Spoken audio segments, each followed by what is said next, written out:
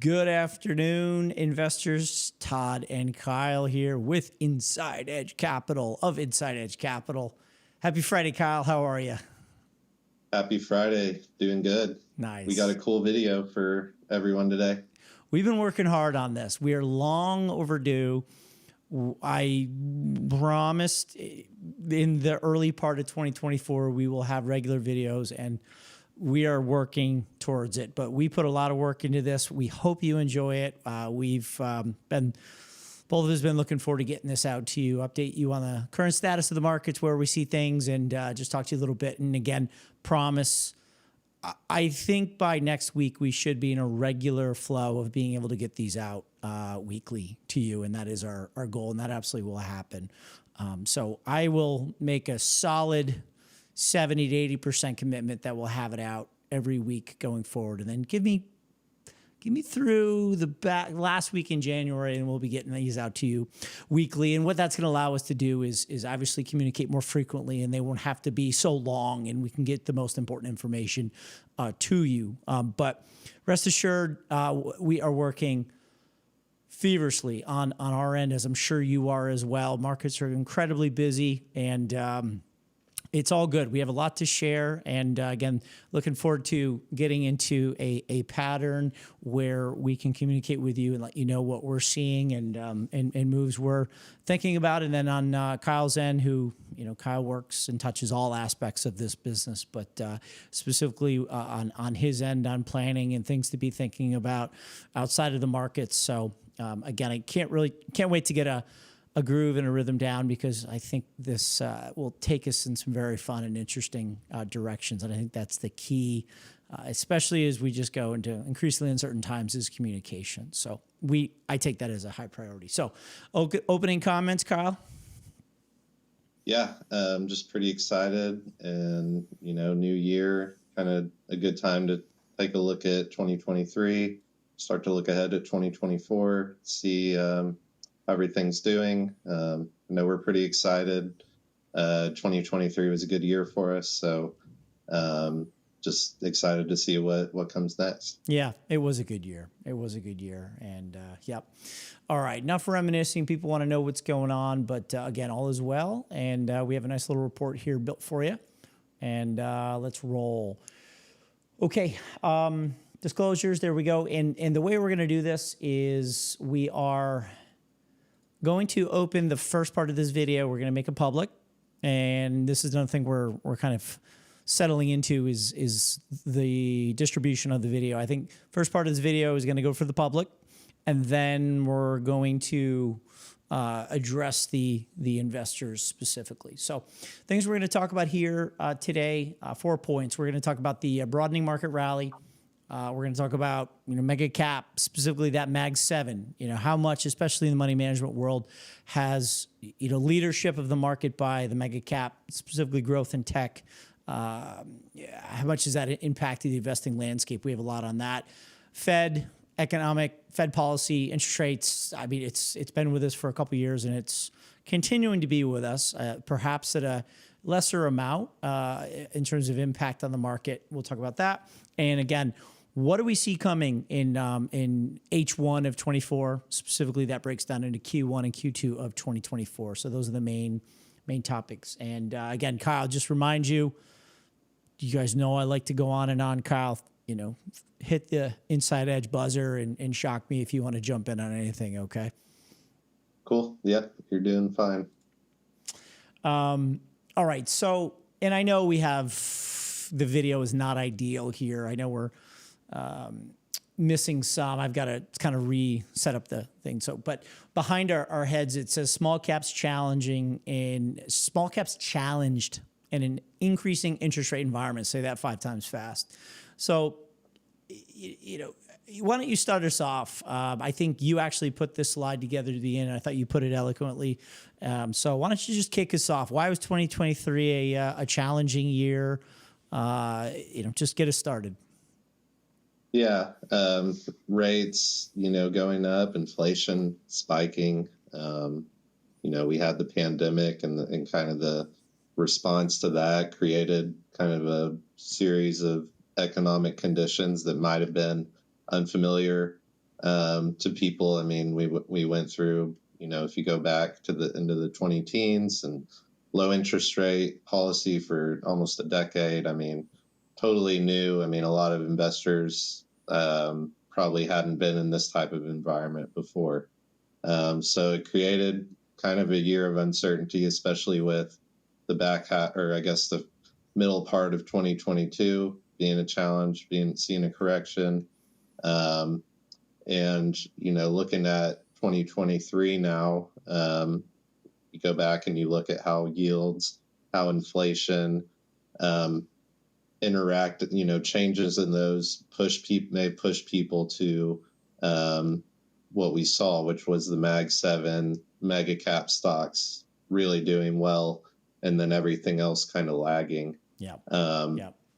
And, we think overall the economic pressures that we were going through actually pushed investors away from the less sound fundamental companies like the small caps and the mid caps, and push people to more well-known investment opportunities that weren't challenged for funding because they're mega caps, like the Mag 7. So, when they're higher, smaller companies that need to borrow at higher rates, they're hurting. Bigger companies don't really have those problems. And one reason of maybe many that the Mag 7 really outperformed in 2023. Yep, that's exactly it. So in an increasing interest rate environment, companies that aren't as fundamentally sound with leveraged balance sheet don't have access to borrowing capital as easily as some more well-capitalized companies are going to be under pressure. And what we're showing here to start on that 10-year yield is the U.S. 10-year yield moving up. You're going to see generally a push down in the Russell 2000, which is the small cap index, right? It's the 2,000 small cap companies. And I actually did a study, not shown here, but I think it was in November I did it. I looked at the trailing 12 months of the 2,000 companies, and I believe about 800 and change of them had negative EPS, negative earnings for the last year. So almost half of the companies in the Russell 2000 were not profitable companies. So obviously they're going to have a hard time accessing funding in a higher interest rate environment. So that's why, as Kyle was saying, we're seeing a rotation in a mag. Now, to end 2023, we did see a backup in yields. The 10-year yield went above 5%, which has really pressured mortgage rates. The 10-year yield, believe it or not, is one of the biggest determinant of the 30-year fixed mortgage. Well, both of them topped as the 10-year yield hit 5. The 30-year mortgage hit, I don't know, did it hit 8, 7.5? I don't know what the high was. For a second, yeah. Yeah, crazy. So yields backed off, and then as the yields backed off, you can see the Russell 2000 small caps actually rallying back, right? And this is a long conversation. This has been one of the biggest debates in 2023 was, can the bull market continue without the small cap Russell participating and making new highs? And a lot of market followers and watchers said, no, we should be moving into a bear market. And, it's my contention of saying, well, okay, in a cheap interest rate environment where cheap money's chasing a lot of different assets, okay, maybe everything should go up. But in a 4 or 5% interest rate environment, I don't want the crap to go up. I don't want the Russell 2000, all of those stocks to move up. The good, fundamentally sound small cap companies, which is a $2 billion market cap and less, those guys were making new highs. But the rest of the unprofitable companies, I don't want. That's sort of bubblicious to me. So it was an interesting debate. Well, anyways, so the 10-year yield backed off, and the Russell 2000 did move up. It moved up to sort of the range and highs of the year 2022 and into 23. So just looking back, this is the 4-year returns of the S&P 500, which is in purple, the mid-cap 400, which is generally companies at around 3, 4, 5 billion up to about 50 to 75 billion in market cap. And then the Russell 2000 is generally $2 billion market caps and less. So you can see the percent return, and I'm starting back from January of 2020. So roughly 4 years. S&P's up 48%, mid caps 33, small caps up 17. So clearly we've seen a large cap dominated market over the last 4 years. Well, if you go back to Q4 of last year, we started to see that catch up in the small cap Russell 2000, which again was characterized by 10-year yields dropping. And though the S&P came out on top, we literally captured this chart today. So it was the start of Q4 to today. SPY, Russell 2000, and mid caps are all pretty close. Oops, that's bad right there. That's a typo. Uh-oh, can't do that. And the beauty of this software is I can change this real quick. I can't be giving you guys bad data here. This is hot off the press. So IWM was up 10.97%, and the mid cap was up 10.46. Correct. Okay, so obviously, to the best extent that small caps could catch up, they're on pace for the same gains for the Russell 2000.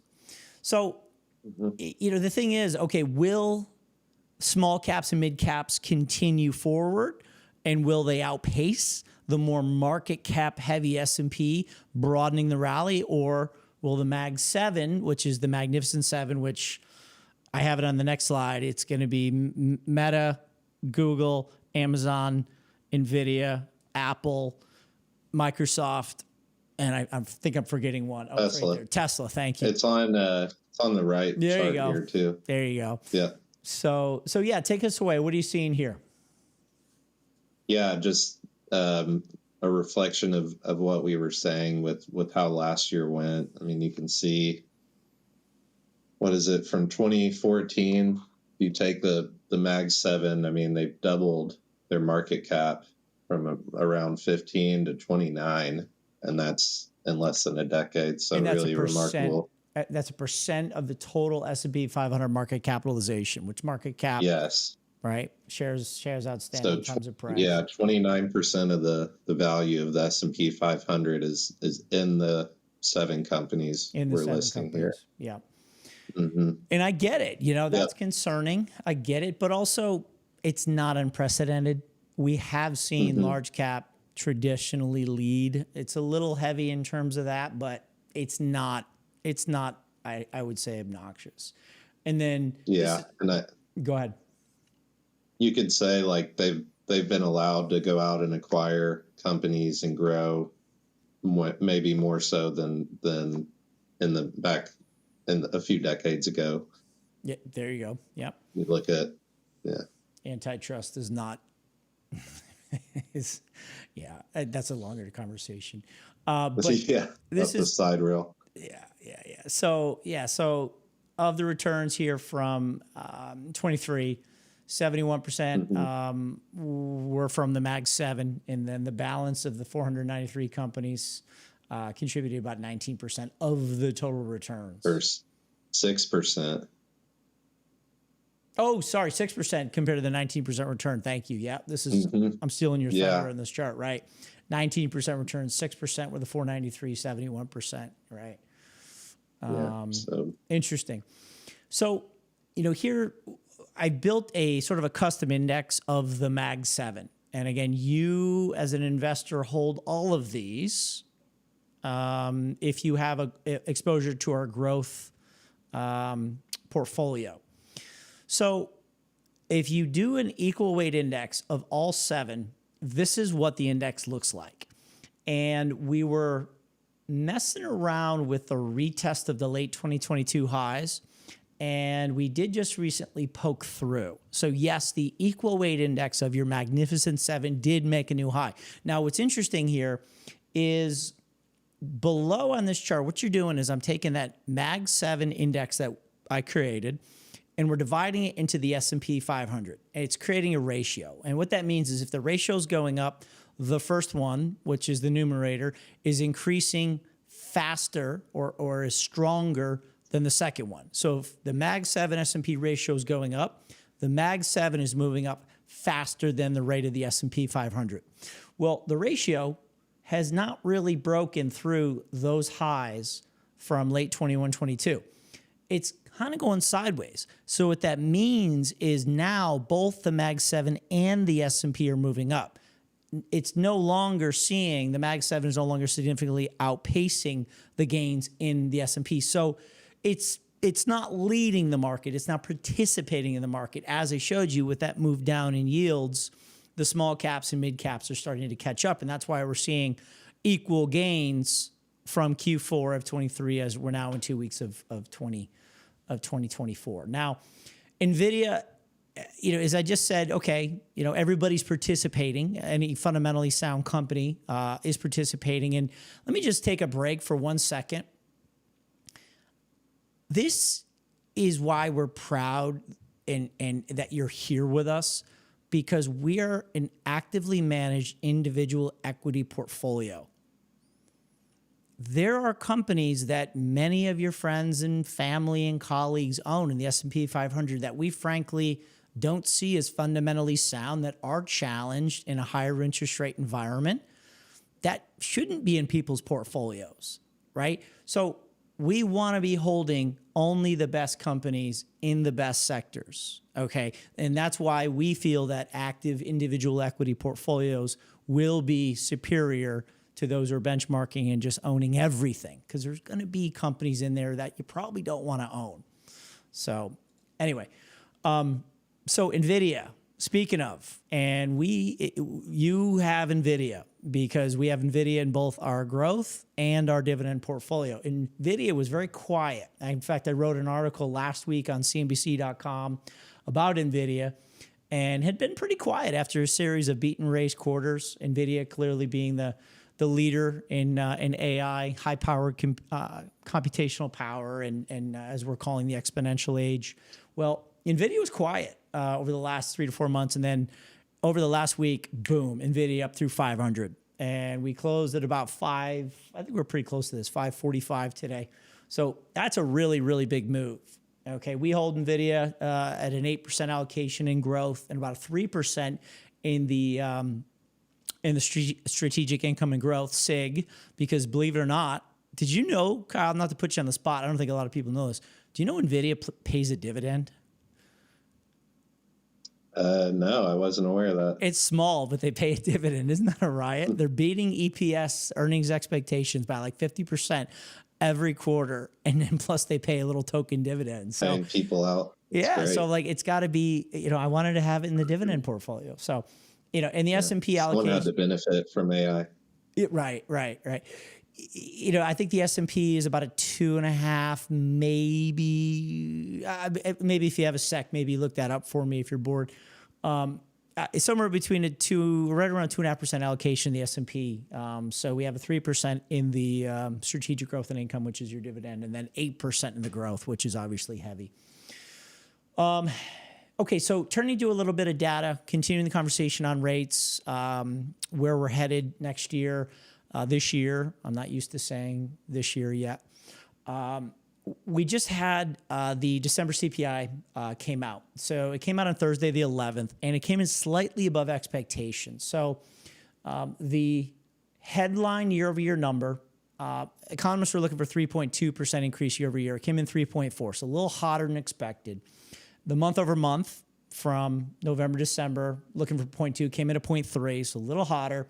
Core, which takes out food and energy, came in at 3.9, expectation of 3.8, and the core month over month came in as expected at 0.3. So slightly hotter, and the market got a little grumpy for a while on that. The markets are selling off a little bit. Interest rates are spiking, saying maybe the Fed isn't going to cut rates. Now, this is a whole nother conversation, which again, I can't wait to get into weekly, regular conversations with you so we don't have to go over this all the time. We can have kind of pick up the conversation where we left off. But the market is looking at potentially 6 rate cuts next year. And we are currently, Fed funds rate is currently at 5.25% to 5.5%. The next meeting is January 31st, so a couple weeks away. We're at about a 95.3% chance that they're not going to do anything.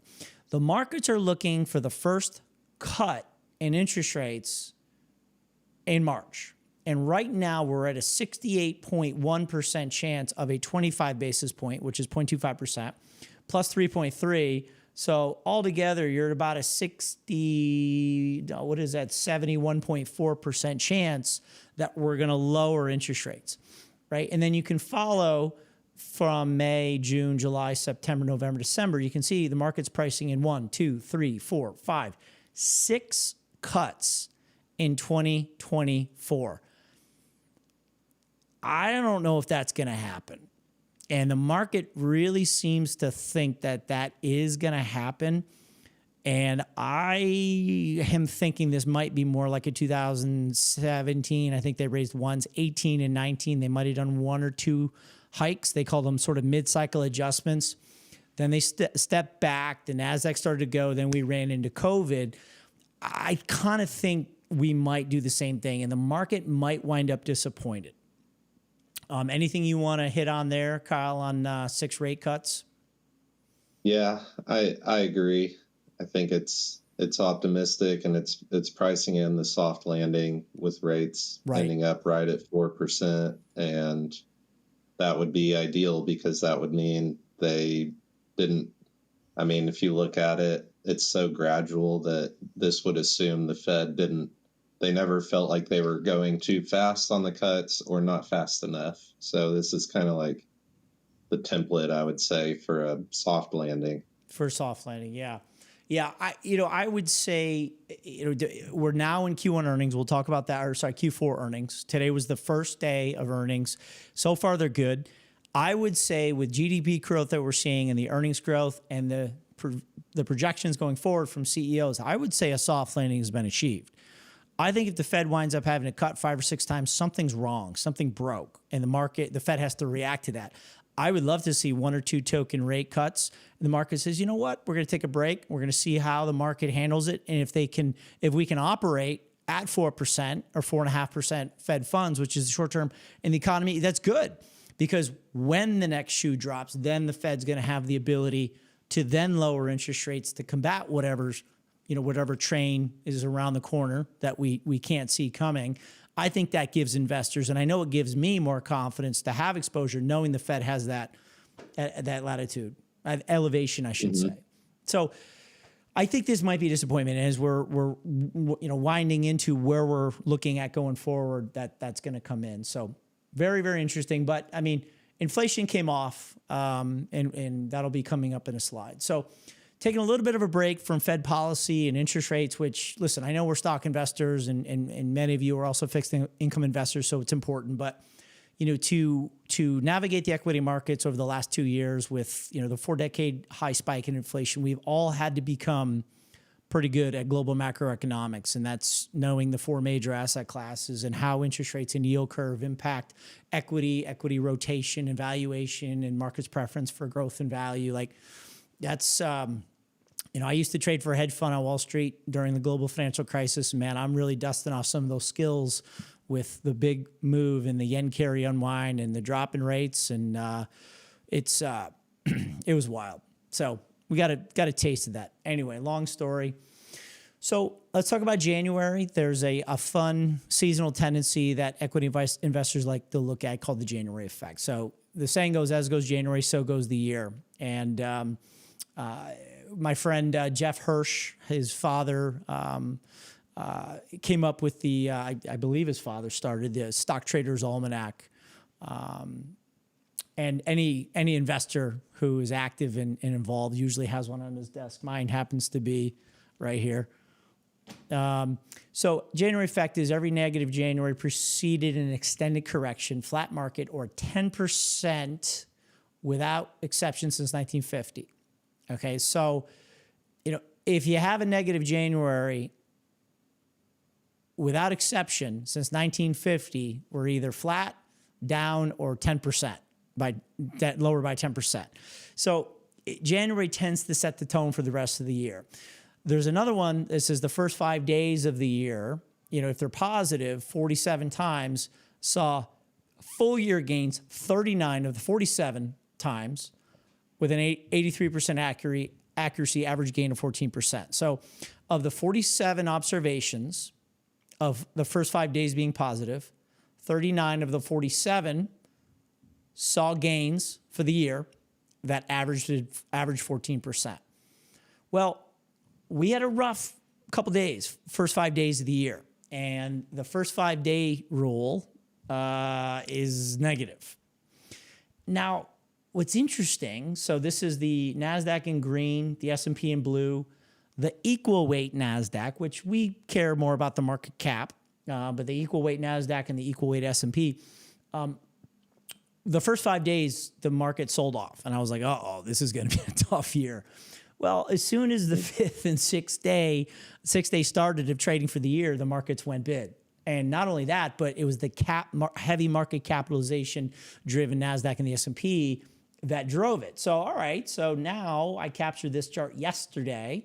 Markets are up a little bit today. So, we're up about 1% on cap-weighted S&P and NAS, where the equal weights are kind of messing around. So we're going to watch that January effect, okay? We're also in a presidential cycle.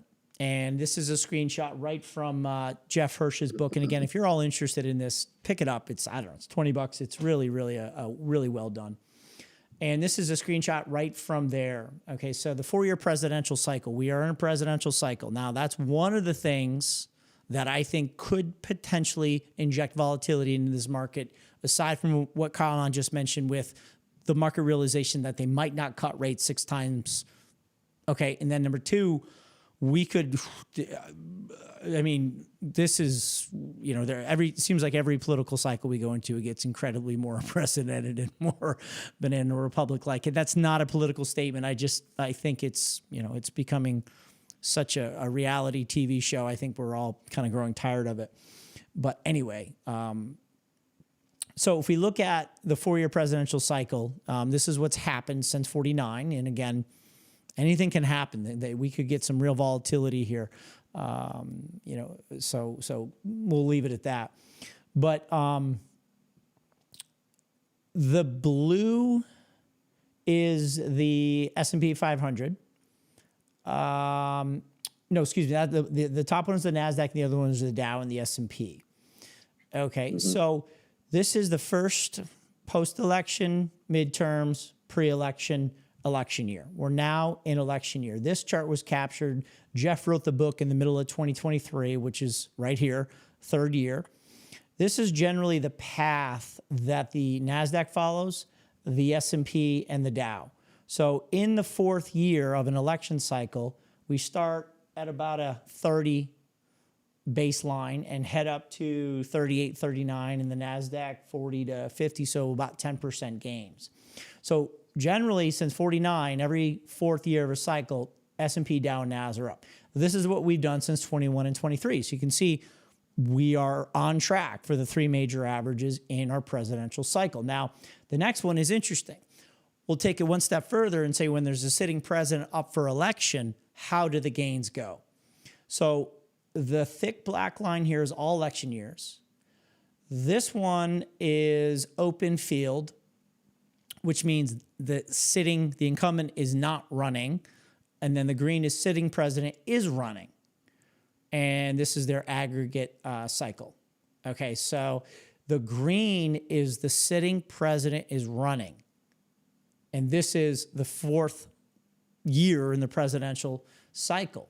So when the sitting president is running, the gains are up around almost 13%. When it's an open field, the gains are actually negative. So that means the sitting president's party is going to do anything they can. They're saving all their best tricks to win over their base and push it higher. So we not only have presidential cycle seasonality behind us, we actually have a sitting president as well who's up for re-election. And historically, that is a significantly big boost compared to an open field. And again, Kyle, jump in, man. I tend to go, that. Jump in anywhere you want, man. Getting a little technical, I had a conversation with Kyle. Yeah, I think many of you know that, I get real in depth with the technicals of the market, and I try not to get too crazy with it, because we have some investors who haven't found me from my prior life, which is really, involved investing in trading, and Kyle's got it.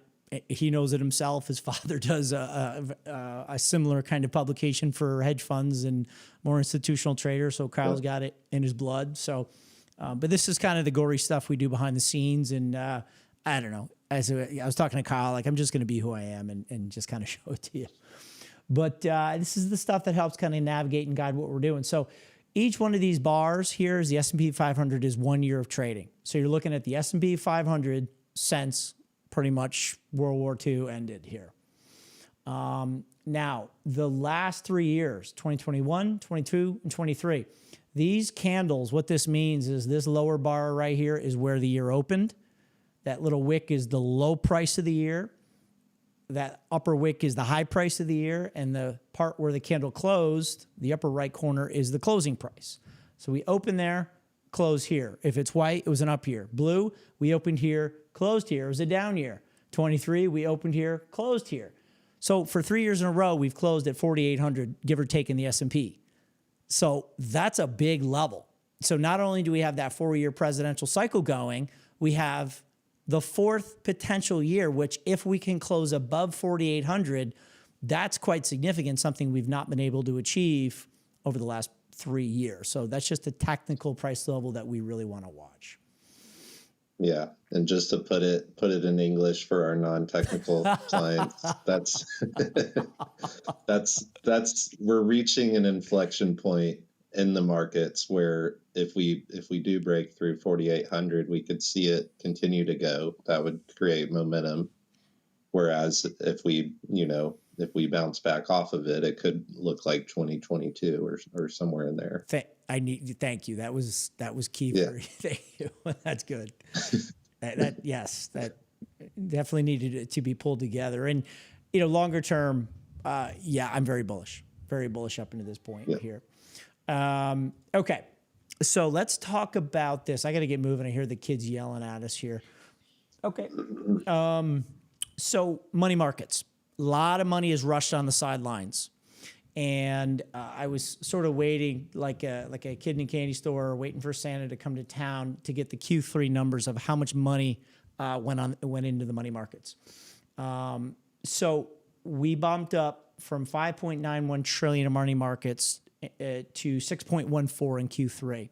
So a lot of money in Q3 of last year rushed into money market funds. Not surprisingly, money came out of commercial bank deposits, of course, with a regional banking crisis. That's not surprising, right? So a lot of money has gone into money markets, making the 3, 4, 5, 6% yields, right? So what happens with that money as the markets are now pressing highs? All right. This is a chart that shows the money market funds as a percent of S&P 500 market capitalization. This is going back to 2016. Right now, the 6.1 trillion that's in money markets represents 17% of the S&P 500, America's 500 largest companies in market capitalization. What happens if some of that money comes off the sidelines and making 4 or 5%, their 6-month CDs expire, they realize they're losing about 3% of that 5% that they're making on their coupon, plus they're paying interest on it. Maybe it's not the best deal. And that money market that comes off, they say, you know what? I don't want to put it back in the bank. I don't want to put it back in a money market. Maybe we want to go into the market. If that happens, the money market as a percent of market cap in the S&P drops. It dropped in 16 down to 19, and that saw an S&P 500 gain of 48%. It did it again. This was the COVID spike, but when we came through 17% and dropped down to 12%, the market started here and went up to 41%. So here we are at 17%. Now, is there anything magical about 17? No, but I'm just saying if we start to move lower and we are looking to get to, those prior support levels, what kind of gains would that put into the S&P 500 with that money coming out of money markets going to the S&P? That's what I'm trying to show you there. This is telling you from 2000, there really hasn't been a time when that money market as a percent of S&P market cap is going up with the S&P, except this little period right here. If you take a second, look, when the orange line's going up, the purple line's going down. They really don't trade together with the exception of this, which that was heading into 2007 and 8 global financial crisis, which I don't think that's a warning. I just think it's a very unusual thing that some people knew there was a ton of leverage in the economy, and maybe we want to put some money to the side. Okay, so let's watch those money market levels. The Q4 numbers will be coming out, and I would love to see them drop back below $6 trillion, and maybe that's going to be an indication that money's coming back into the market, getting out of those 6-month CDs, making 4 or 5%, right? And see if the stock market is the recipient of it. Now, with rates, right? So everyone says, okay, we have 7.5% rates and mortgage rates, and yeah, it's a bummer, but you have to think about it. If you're servicing that debt, you're 7% nominal debt, but the money that you're paying with is being inflated away by 3%, your net cost, your real cost is 4%, and that's called real yields. So the real yields, which is your 10-year treasury yield or any yield, you can look at 1, 3, 5, 7, 10, 30, and then you factor in the Fed will post, and they have calculations of what the expected inflation is going to be 10 years out. So if you look at the nominal yield and then you subtract the expected inflation, that's what they call real yield. The real yield on the 10-year yield, right, is 10-year treasury is 1.67%, right? So the actual yield is about 4% right now. Expected inflation is going to be about 2.4. So that gives you an effective real yield of 1.6. The point of showing you this is it looks like real yields tried to get above 2% and couldn't. If they're dropping, that's more reason for money to come out of money markets and drop. Because if real yields are going down, how much you're actually making is going down when you factor in inflation, probably suggests that that money is going to come out. And I think go into the stock market because stocks are the best hedge for inflation, along with real estate. Speaking of inflation, it's come off. It has come off. We're still high at 3.4, but it's pretty much come off as quickly as it went on. Was Powell right? Maybe. We shall see. But, we just came up with that latest December CPI reading. We're at 3.4% year over year.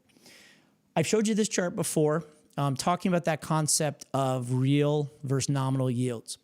A lot of people, prominent investors, market analysts are saying sell stocks because we have yield curve inversion. And that simply means that the short-term rate, 2-year yield, which is very much influenced by the Fed getting together on every 1.5 to 2 months and setting the short-term policy, that sets the 2-year yield. When that becomes higher than the 10-year yield, that's called yield curve inversion. And that means the Fed has had to raise interest rates to cool the economy down, which usually precedes a market sell-off or recession. Well, we did get yield curve inversion right here in 22. So, okay, we were down about a 1% difference between 10s and 2s. And a lot of market watchers saying recession, sell stocks. I said, okay, well, let's keep an eye on things. And we moved up, and we're only now at 33.33% difference between 10s and 2s. But when you look at the real yield curve, factor in where the Fed is projecting, there's no guarantee, but looking at real 10-year yields compared to real 2-year yields, that yield curve is now positive. We've come out of inversion. So that's important. We can't just look at nominal yields and hear, and how many times did I hear on CBC from my friends, sell stocks, we're in recession because we have yield curve inversion. Well, look at the real interest rates. We're going back above, and the stock market has responded as a result, I believe, of this. However, I do think the market is overbought. I think we've come a long way in a short period of time. We do see two of the factors that we mentioned, which is realization that we might not cut 6 times. We do have some seasonal factors coming up in Q1 and Q2, right? We do have some geopolitical pressures, and we do have domestic political possibilities that could shake the market in the first half of 2024. So we're going to leave it there. But what we're going to do is pick this video back up on the for our investors and talk about what we plan to do in 2024 in the event that we sell off. Kyle, anything to finish with here? No, I don't think so. That was good. Okay, perfect. All right, everyone, thanks for watching. We're going to pick it back up with investors. We got some portfolio specifics and some action plans to talk about, and we'll talk to you guys in the next video update. Thanks.